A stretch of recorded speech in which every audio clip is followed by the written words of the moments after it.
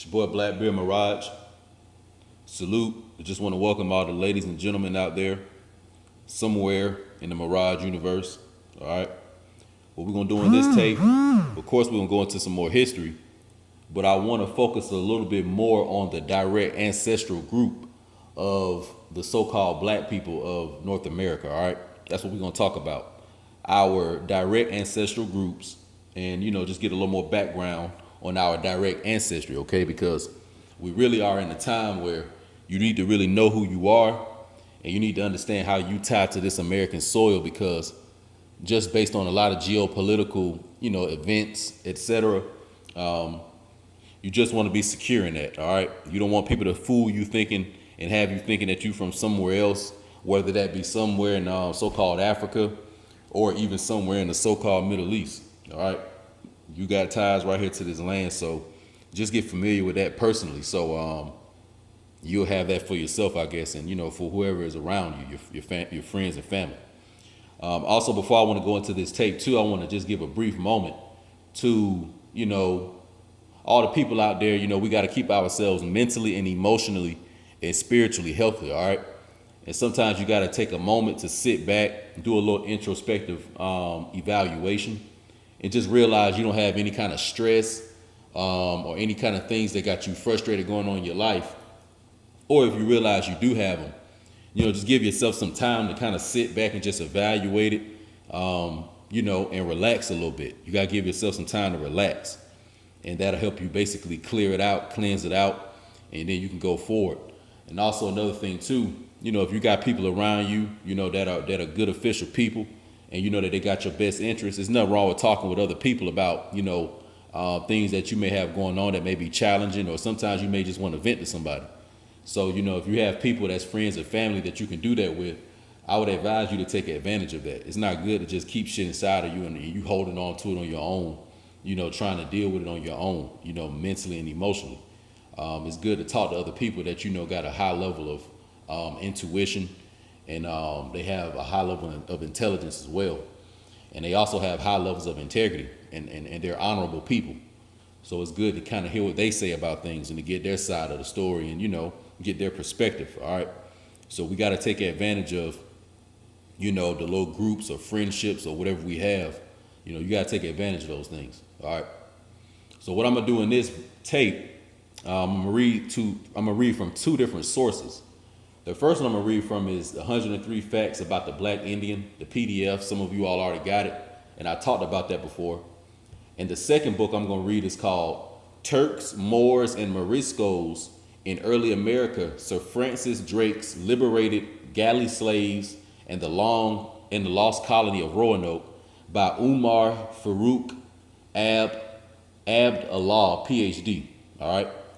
And I'll, reread that title when I get ready to go into that book.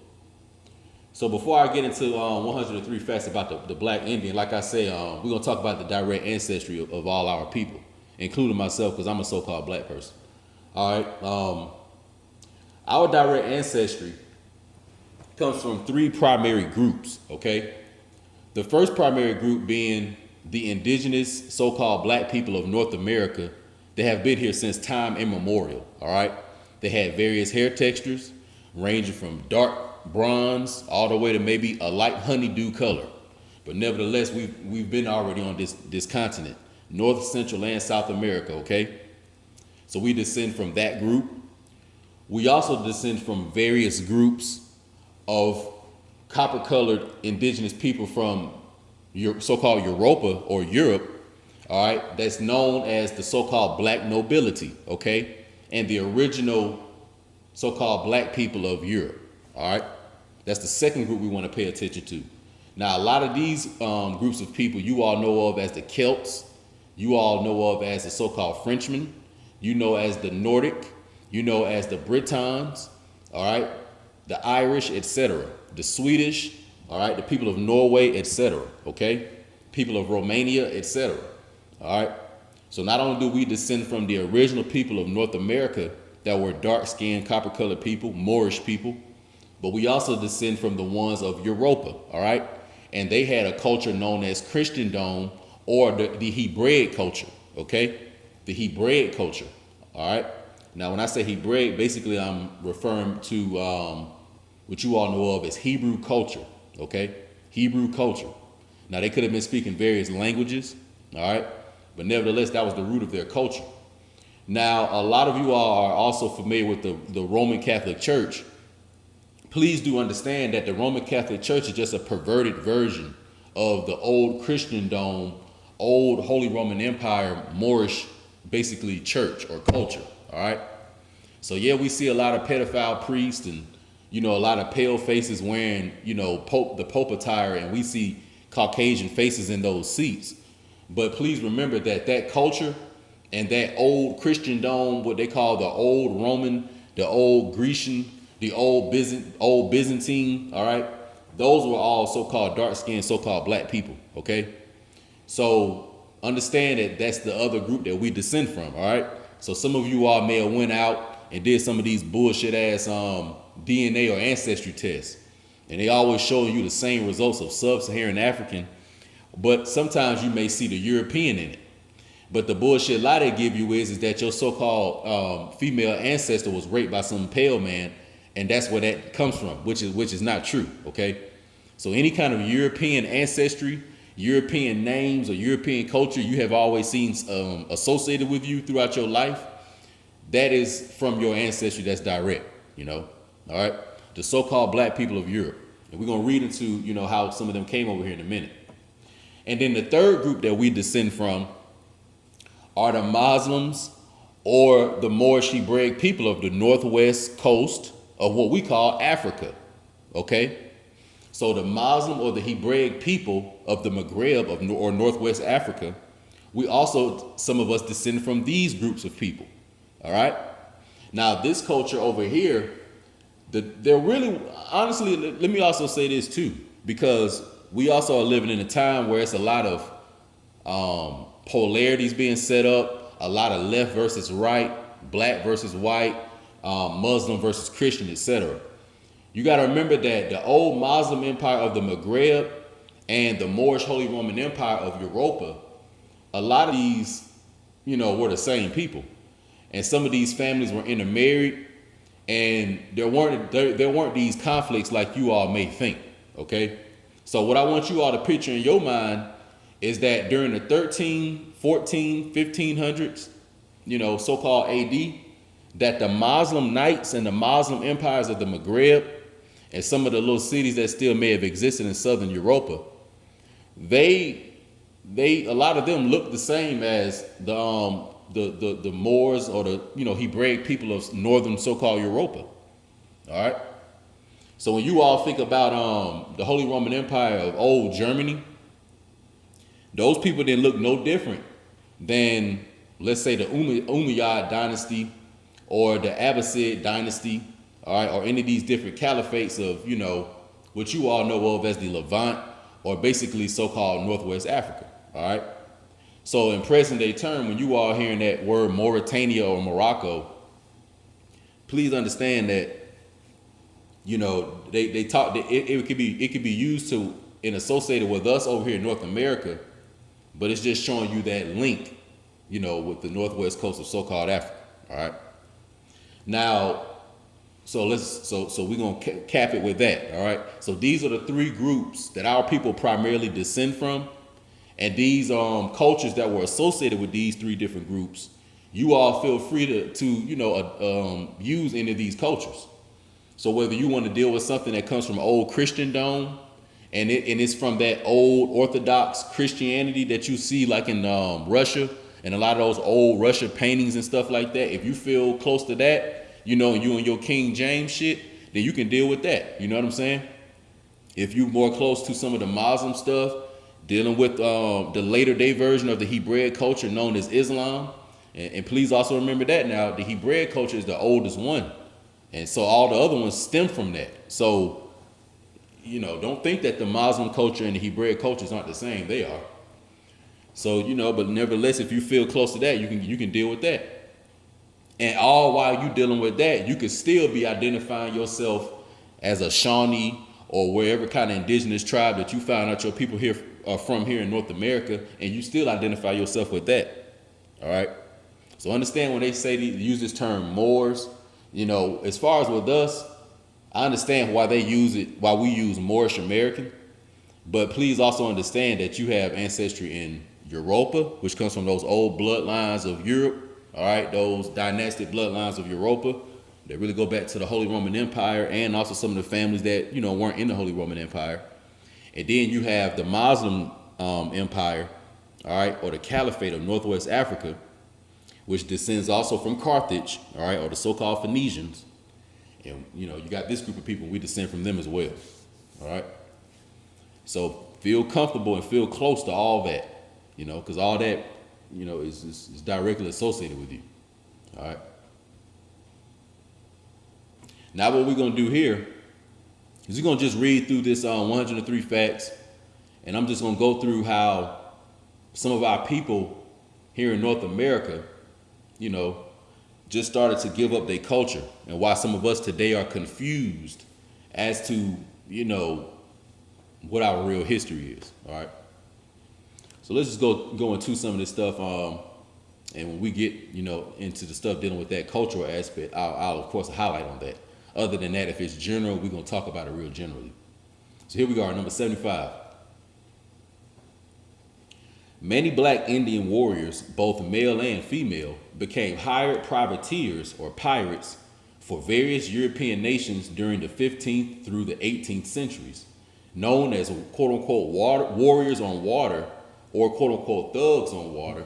These black Indian warriors were paid salaries to harass, rob, and shake down cargo ships for various European nations, depending on who they contracted with.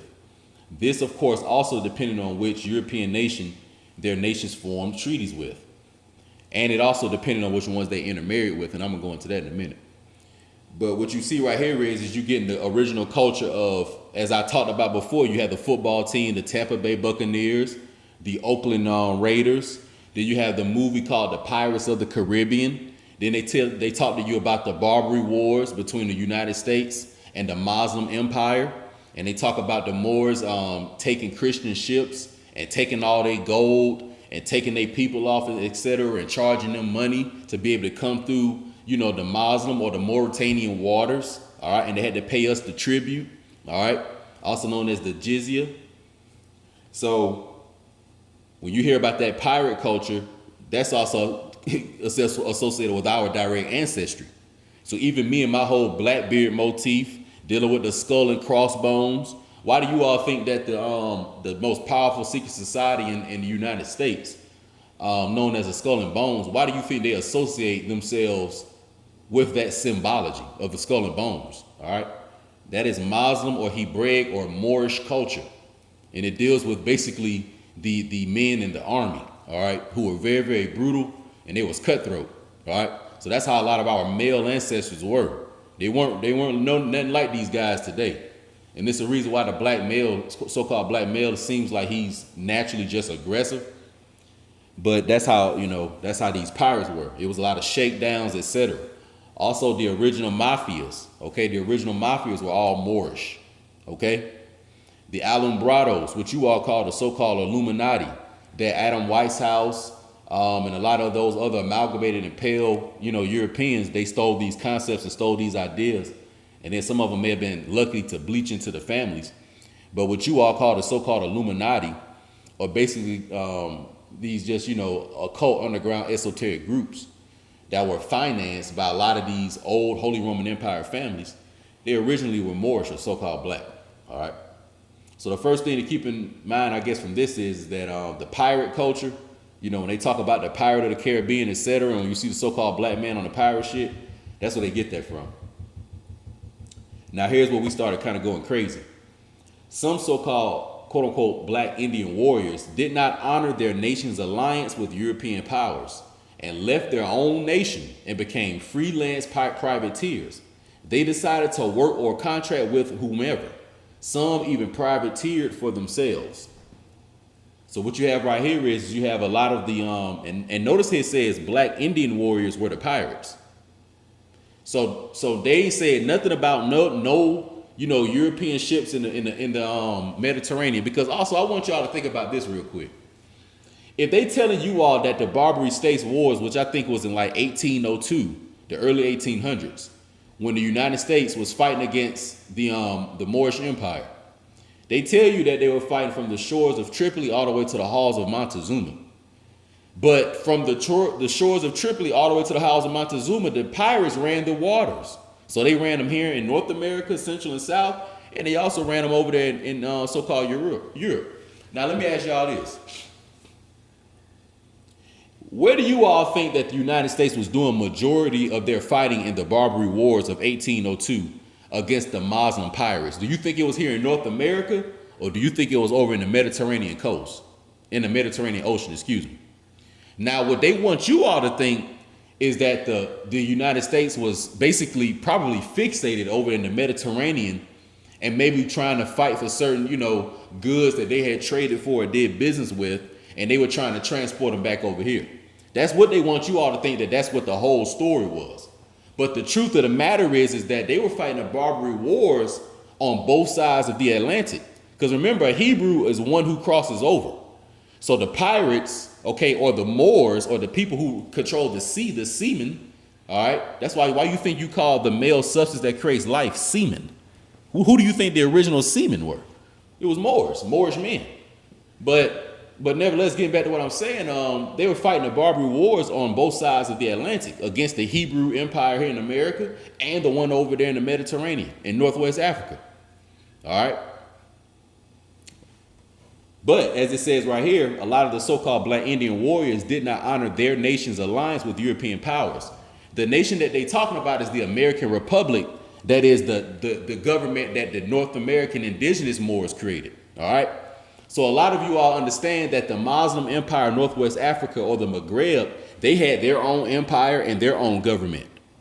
The different nations of Europa or Europe, and those different old Holy Roman Moorish families, and the ones that were not in the Holy Roman Empire, they had their own governments, laws, etc. Then here in North America, what you all think are just a bunch of tribal Indians with no kind of organization, there was a consolidated Moorish Empire here that was fixated along the eastern coast, all right? And it also extended down into what you all call Mexico. So when they talk about the American Republic that existed here prior to the martial law, and when they changed up the Constitution from the so-called Civil War in the 1860s, and prior to the late 1700s, when they created the United States Corporation, that really was just influenced from Bayer Rothschild's financing, all right? So it was just a corporation for them. I'm talking about before all that. There was an American Republic before all that. The American Republic goes back thousands and thousands and thousands of years. If that's not true, why do you all think there's a pyramid on the back of the American dollar? Isn't the pyramid an ancient symbol? Isn't it an ancient relic or an ancient structure? So why wouldn't the American government be an ancient thing? All right? Now, the United States is not ancient at all. It was created in the 1860s, and it was also, initially started in the late 1700s. But the American Republic has been here for thousands and thousands of years. The American Republic goes back to what you all call ancient Egypt, or what you all call ancient Jerusalem, or what you all call ancient Canaan. All right? The American Republic extends that far back. The American Republic extends back to the Incan empires. The American Republic extends back to the Aztec Empire. All right? The American Republic extends back to the Mayan Empire. Okay? The American Republic extends back to those different confederacies and nations, all right, and those different governments, all right, and estates or states that existed here prior to the arrival of the European, all right? So understand, when we say the American Empire or the American Republic, we're talking about basically non-United States citizens. That's how our people will be labeled or classified as non-United States citizens, yet American nationals. So we're foreign to the United States, but we're indigenous and natural to America, and we're organic to America. All right? So when it says that the so-called Black Indians did not honor their nation's alliance with the European powers, they left their own republic. They denationalized themselves. They started just getting into the whole corporate and getting into the commerce thing. Why do you all think they say that maritime law and when you start getting into a lot of this commercial code and a lot of these UCC codes and all this different stuff that some of these Moors talking about, why do you all think that stuff has a lot to do with the maritime or the water or those water laws? All right, because that's one of the primary businesses that a lot of the brothers and sisters was getting themselves into when they denationalized themselves here. So they probably was creating corporations and only were going by those corporate names. But as far as their indigenous national status, as far as the republic, they probably got so far away from it because they was only concerned with making money. So they started getting, caught up into the money shit. And as we see right here, we're gonna go deeper into it. Many quote unquote black Indians went to Europe to receive pale skin education. Let me see. Many quote unquote black Indians not only attended pale skin colleges and universities, but also enrolled into pale skin military schools where they learned pale skin warfare and taught pale skins their own methods of warfare. All right. Now let's see. Here we are right here. Many quote unquote black Indians who left their homeland throughout the 15th, throughout the 19th centuries and migrated to various European countries, their progeny are still there to this day. Some of them have maintained the information of their true roots of origin, while others have become lost in the sauce. What this is saying is that a lot of so-called blacks in North America, or in Europe right now, some of these so-called black people in Germany, some of the so-called black people in Spain, some of the so-called black people in France, Ireland, etc. Some of them actually descend from the so-called blacks that were from North America that went over there a few hundred years ago. All right. So you have a lot of people in Northwest Africa and a lot of people in Europe who are dark-skinned or Moorish people, but their ancestors actually come from the Americas. All right. So just like how some of our ancestors come from Europe and Northwest Africa, some of the people in Northwest Africa and Europe, their ancestors come from America. All right. Now, right here is very, very critical and key, because I'm about to go into why I said that our ancestry comes from those three different groups: the Moorish North Americans, the Moorish Europeans, and the Moors of Northwest Africa or the Maghreb. All right. Listen up. Depending upon which European nations, quote unquote, black Indians or Moorish Americans had intercourse with or formed treaties with, also depended upon how their identity eventually altered. Quote unquote, black Indian nations who had intercourse with Spain eventually became known by the colonized titles of quote unquote Latino and quote unquote Hispanic. Quote unquote black Indians who had intercourse with the French became known by the colonized titles of quote unquote Creole, quote unquote black French, and quote unquote Haitian. Black Indians, quote unquote, who had intercourse with the British became known by the colonized titles of quote unquote Negro and quote unquote colored. Black Indians, quote unquote, who became victims of British subjugation are still going through colonized title changes from the moment they are presently known as quote unquote black Americans and African Americans, end quote. So as it says right here, it says depending upon the European nation that the black Indian had intercourse with or formed treaties with, also depending on how their identity eventually altered. So a lot of us may be so-called black people in North America, but when you look at our last names, some of them are Spanish, some of them are French, and some of them may sound English or Albion or British, quote unquote.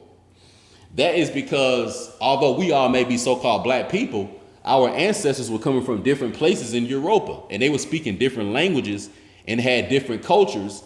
So they brought that when they intermixed with whatever black, quote unquote, North Americans that they started intermixing with. So when they tell you that they were making these treaties, when they say that the indigenous North Americans, the Moorish Americans, the confederacies and the tribes, when they talk about the Treaty of Peace and Friendship and stuff like that, when they say that it was treaties made between the Europeans and the Americans. They're not talking about no Caucasian Europeans, and they're not talking about no slick hair, Asian Siberian looking Native Americans. They talking about Moorish North Americans making contracts and treaties, and also intermarrying, meaning letting their sons and daughters mix with Europeans. They doing this with Moorish Hebrews coming from Europe and Muslims coming from Northwest Africa. All right. Now, this is what you also got to understand. When some of these Muslims and Hebrews was coming from Europe and Northwest Africa, you got to remember now they was wealthy. They had money. That's why that's why I say it was the nobility that was coming over here. Like, why do we think that? Think about all those wars that was going on in Europe and going on in Northwest Africa, because when the Moorish Empire of what we call Spain, because really what it was is the Moorish cities were starting to be destroyed one by one, really going back to like the 1200s. Okay, they was just being destroyed one by one, and eventually Granada, which was in the south, that was one of the last ones that was taken out. All right. What the fuck was I about to get at? I lost it. Anyway, we're gonna get back to this right here though. So going back to the names and the cultures, it said that some of them had intercourse with Moorish Spain, some of them had intercourse with Moorish French. So let's go into like Moorish French, like people that they calling like Haitians, and some of the so-called black people from Louisiana and like those areas. Believe it or not, those are the so-called French. Okay, those are the so-called French. So I just had to go on that. I apologize for that last part I was gonna say. I just forgot. But what was very important on this is just understanding that some of us had ties to the so-called black British. Some of us had blood ties to the so-called black French. Some of us had blood ties to the so-called black Swedish, etc. You see what I'm saying? And you'll be able to get the direct link based on your name, your last name, etc. All right. Oh, that's what I was gonna say. When they had these different wars going on, these religious wars and all these different conflicts, when these amalgamated Moors, these Christians, and then they paled, slaves that they were starting to raise up. A lot of the dark-skinned Moors that still were full-blooded, that had money, they started to come to North America when that shit went down. Because think about it, why would you stay in Europe or Northwest Africa if the whole shit's starting to fall and crumble? If you got money and you can get out of there, you're going to do that. So a lot of the nobles started to come over here, and what they did is they intermarried with our families.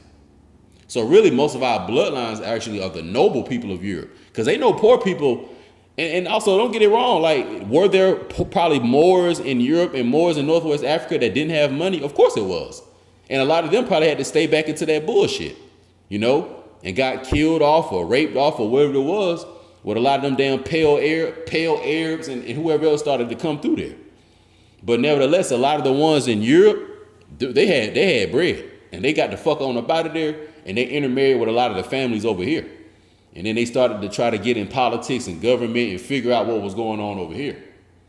So remember that when they came over here, they also had, pale slaves that were going to work on the plantations and work for the corporations that they created here in North America. All right. So think about this, y'all. If they got the 30 Years' War, the 100 Years' War, and the Reformation, like I say, the Moorish Empire is falling, Andalus is falling, and all this different stuff. The Moors of Europe that got money, they're gonna leave, and they're gonna start corporations and try to start a new life in North America. But they're not gonna want to work on the corporations, and they're not gonna do all the planting and get out there in the field and do the work themselves. They're gonna have the same habits they had in Europe, except they're gonna bring it to America. So when they came to America, yes, they paid us as the North Americans. We allowed them to set those colonies up along the eastern coast. We intermarried with some of their families, etc. Everything was cool. But those Moors that came over here was not about to get into that damn heat and the sun of fucking the Carolinas, of Florida, of Virginia, and get out there and plant that tobacco. They was not finna do that shit.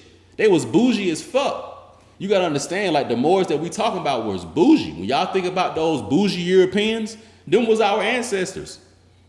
When y'all think about Marie Antoinette and how they was saying, let them eat cake, and those different, those Moorish Frenchmen and Moorish French women and stuff that they said just had all the money, and all the poor white people were mad at them and wanted to revolt against them and all this shit because the king didn't want to give them no food. These is our ancestors that I'm talking about.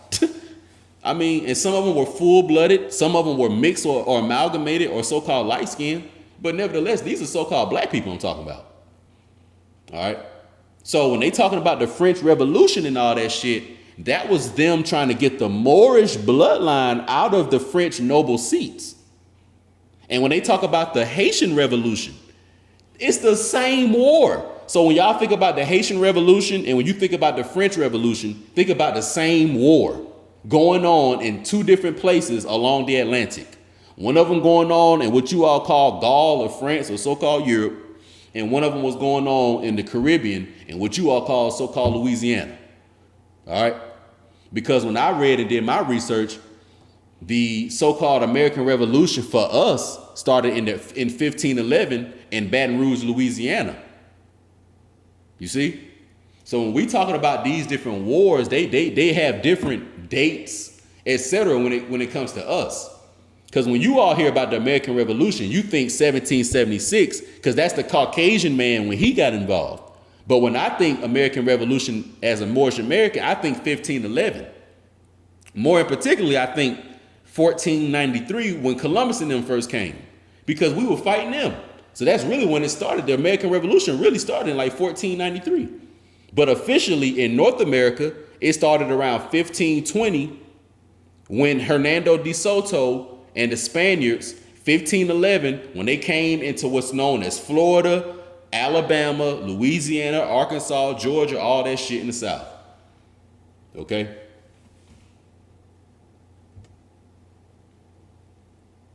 So now we're going to move on to the next book. This book is called Turks, Moors, and Moriscos in Early North America. Sir Francis Drake's liberated galley slaves and the lost colony of Roanoke. All right, by Umar Farouk Abd Allah, PhD. That's Umar Farouk, Faruq, Abd, Abd, hyphen Allah, ALLAH, comma, PhD. So that's Umar Farouk Abd Allah. Once again, the book title, Turks, Moors, and Moriscos in Early America, Sir Francis Drake's Liberated Galley Slaves and the Lost Colony of Roanoke by Umar Farouk Abd Allah, PhD. If one of you motherfuckers come in the comment section and ask me what that book is, I'm going to cuss you the fuck out. I'm going to leave the comment up for people to see it, and then in a few days, I'm going to delete your stupid ass. All right? So let's get into this shit. So now what I want to go into is how some of our Muslim ancestors and Hebraic ancestors started to come over here, And so you can see how did they intermarry into the indigenous families. So when you all think about the Powhatan, when you think about the Tuscarora, when you think about the Chickasaw, when you think about the Apalachicola, when you think about all these various tribes, the Muskogee, when you think about the Yamasee, when you think about the Yuki, all these different indigenous North American Moorish tribes, these are the tribes that the Moorish nobles, the wealthy so-called black Europeans, these are the tribes that they were marrying into with. These are the tribes that they was doing the contracts with. These are the tribes they was doing the trading with. But at the same time, when these Moorish Europeans and these Muslims from Northwest Africa, when they came with them, they had pale slaves, pale pilgrims, pale servants with them, because these pale servants were going to work on the plantations and work inside of the corporations that our ancestors set up when they came over here. All right. That's why they came. They didn't come over here for religious freedom. They came over here as bondsmen and bondswomen. And really what happened is King George III, all right, for all of us that have British ancestry, he got himself in a lot of debt and a lot of trouble because he got too deep into that Rothschild financing. And Rothschild had him by the balls. So they came up with that whole, scheme, for the to get the colonists involved in the American Revolution, and basically to put them in debt and stuff like that. But anyway, let's get into this, all right? Fact is sometimes stranger than fiction. One very unusual and little known event took place at the dawn of American colonial history in 1586. That year, Sir Francis Drake, the famous English seaman, discoverer, and privateer, brought at least 200 Muslims identified as Turks and Moors, which included Moriscos, to the newly established English colony of Roanoke on the coast of present-day North Carolina. The Roanoke settlement was England's first American colony and constitutes the first chapter of English colonial history in the New World and what ultimately became the history of the United States. So let's pause real quick. So the first thing it says is Sir Francis Drake brought at least 200 Muslims with him. Now this is what we got to remember. When I say that these ancestors came over here, as I told y'all in previous tapes, some of them was cool, some of them was with the bullshit. A lot of the ones that was with the bullshit were with enslaving people, and these were the ones that were trying to take advantage of the religious and the bleaching of Europe. All right.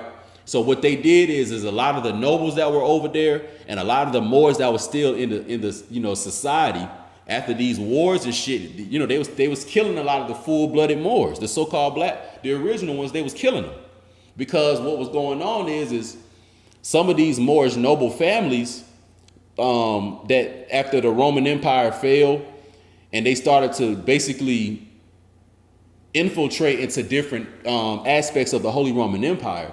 And when they created that, really, a lot of them they had demonic Babylonian Pharisees types of thinking. Okay, so they was into enslaving people, amalgamating with the wild Germanic troglodytes, of Northern Europa and stuff. They was into amalgamating with them, and they was into, training them for war and stuff like that, shaving them up, etc.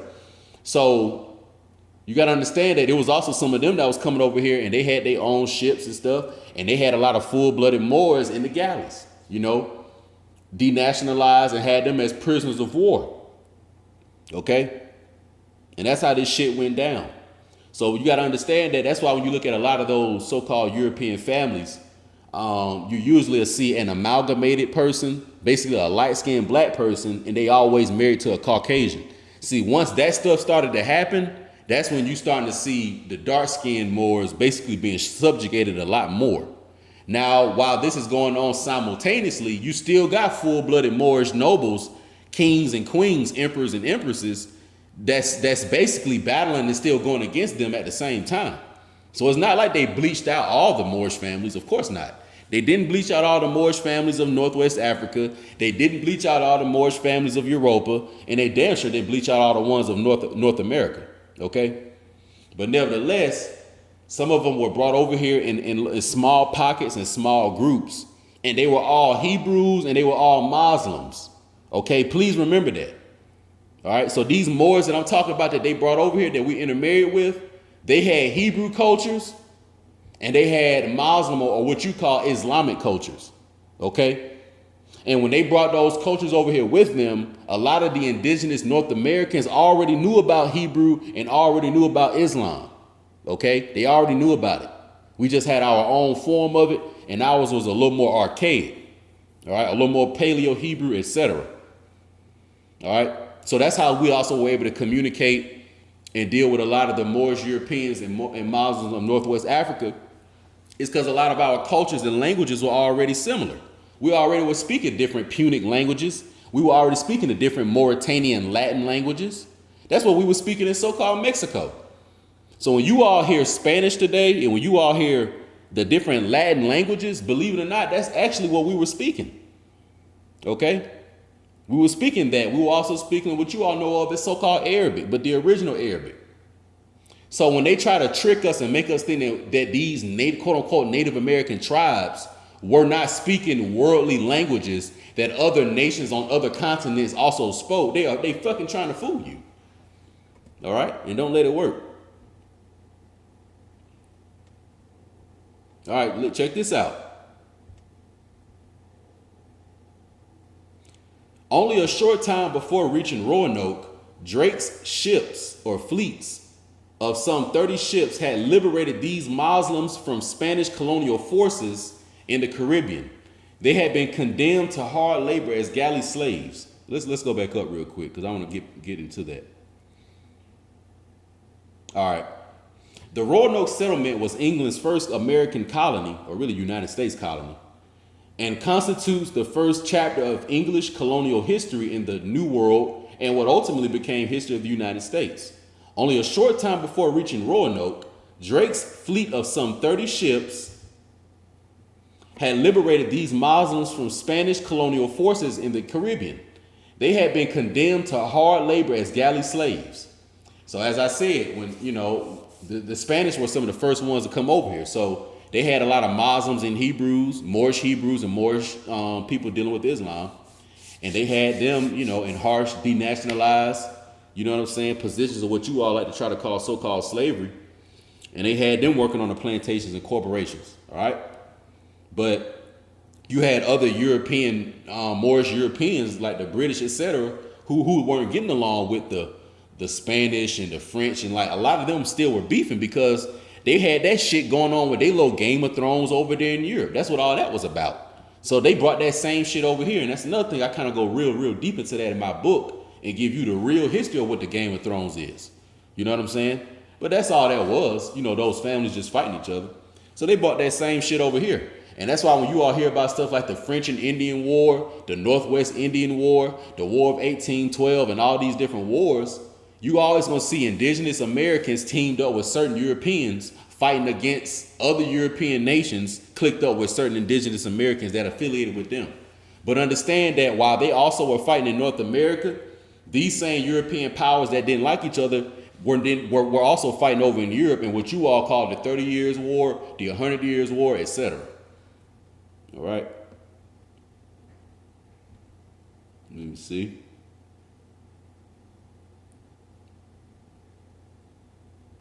So what was important in this that I wanted you to get, let me see. Check this out. It is not a coincidence that Spanish reports about Drake consistently refer to him and other European privateers who attacked Spanish shipping as corsairs, quote unquote, the term for Muslim privateers. At the time, the corsairs of North Africa and Morocco were at the peak of their power. Drake, his close friend, Sir Walter Raleigh, who was the moving force behind the Roanoke colony, and many other English privateers knew the corsairs well. They had amicable relations with them and sometimes even joined their fleets.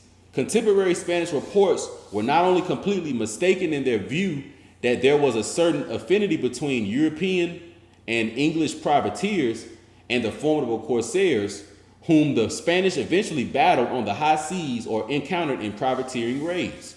In fact, the corsairs were most probably one of the sources of the Turkish and Moorish prisoners that the Spanish had condemned to hard labor in their Caribbean war galleys. All right. So what's very, very important in this is let's get into it. It says first that it's not a coincidence that the Spanish reports about Drake, who was an Englishman, consistently referred to him as a corsair. All right. And we just talked about who the corsairs were. Who are the corsairs? Those are the Moorish pirates, the Moorish buccaneers, the Moorish raiders of North America. All right. So when these Europeans were not only going through the different places of the Caribbean, when they were going along the eastern coast of North America, when they were going along the Gulf of Mexico, and when they came inland and they tried to use those different rivers of Florida, Georgia, the Carolinas, when they tried to use the Mississippi River, this is where all the privateering, this is where all the Barbary wars, this is where all that Moorish, pirate stuff was going down. It was even going down on rivers. So when you all hear about pirates, don't think they just on, the Caribbean and fighting along the coast. Like, think about a river too. So now you can see how the North American so-called Indian or the Moorish North American, how they could be involved in corsair or pirating. Think about it. If they're inland North America, meaning they're using rivers, because there isn't an ocean inside of North America. There's rivers and lakes. But if you're traveling, you're more than likely using a river. Wouldn't it make sense for a lot of Muslims and Moors who are indigenous to North America, and they see these Europeans coming down their rivers with boats of resources, etc., and at the same time they knowing that these folks trying to fuck them over, wouldn't it make sense that they shut all the rivers down and start robbing and killing and pillaging any European that go down them rivers? Yeah, it would. All right. I know one thing for certain. Blackbeard grew up in Riverdale on the south side of Atlanta, and Flint River kind of went through our hood.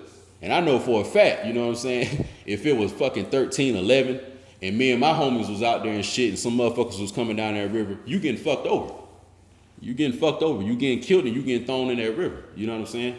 So, but anyway, let's get back to this. Yeah, so and then it says the corsairs of North Africa and Morocco were at the peak of their power. So don't think also that when the Spanish came over here and they try to give y'all that sad story and start playing the violin and shit and make you think Columbus and these Europeans just came over here with their swords and their guns and they just raped our women and just killed thousands of our men and there was nothing we can do and they made us work in the caves to dig for gold and nobody came to help us so we didn't fight back. Don't believe that bullshit ass story. Because when they started, first of all, when the Moors or the Muslims and the Hebrews of Southern Europa started dealing with the Roman Catholic Church and the beef started getting real hot, them Moors started getting real cutthroat. And they went into a slave campaign on any pale Christian that they came across. And that not only was going on over there in the Mediterranean, but it was going on here in North America too. It was going on in Central and South America as well. All right. More information on this can be found in C.M. Bay's Clock of Destiny, Volume 1 and 2, when he talks about the Patagonian blonde-haired women with the blue eyes and the red hair and how they were subjugated to the Muslim knights and they wanted their freedom and all this different stuff. That was going on here too. All right. So this is the history of that. So also when they talk about the Turks, all right, remember now the Turks, these are these same Moors. So when they talk about the Ottoman Empire, the Turkish Empire, that's also where our ancestors was coming from. That's the empire that, that was battling a lot of these Christian nations, okay? And when some of our people were captured and made prisoners of war from these empires, they would throw them into the galleys, meaning up under the fucking boats, make them do the rowing and shit while they getting whipped, making them prepare the food and whatever it was they was doing. And then when they got to North America, they would make them get off, work on the plantations and shit like that, plant the sugar cane or whatever the case is. All right.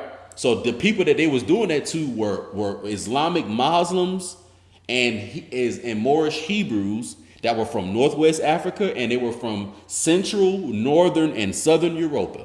Yes, ma'am, and yes, sir, they were. Okay. And when they came with that bullshit here in North America, and a lot of us who were indigenous to North America saw that they had our cousins like that, and that's when the beef really popped off. So a lot of us that was indigenous to North America, we was going to free our Hebrew and Muslim cousins and family members and basically kinmen, all right, the other tribes of Israel, the other families of Israel. We were going to free them when they saw how Columbus and them was doing them. You know what I'm saying? Because Columbus and them already had certain prisoners of war when they came with them. So we like, wait a minute, how the hell y'all trying to do business with us, but y'all got folks that's in servile or servile positions that look like us. So you really think that we was going for that? Hell no. So they don't really want y'all to know like how much fighting and how much slaughtering and killing it was.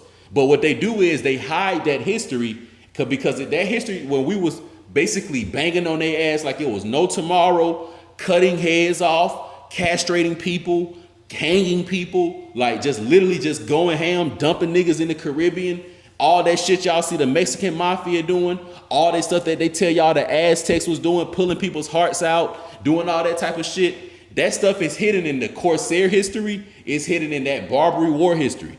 Because that term of barbarian, believe it or not, is referring to a Moor. So a barbarian is not even a bad thing. It's talking about a Barbary. Because remember now, it's the Barbary states, the Barbary kingdoms, the Barbary Empire. Along Northwest Africa, you had the Barbary states, but in North America, you got the Barbary Empire. This is why the Europeans were calling us barbarians. They talking about you're Moorish. So when somebody calls you a barbarian, they're saying you're Moorish. All right, that's what that is. So I hope y'all got something from this. I just wanted to drop this, man, give y'all some stuff to keep y'all going and some more things you can look into. But that's the history of the Corsairs, the Moorish and the Muslim Hebraic, basically water pirates. And, you know, that's what it is. So y'all hit me up in the comment section.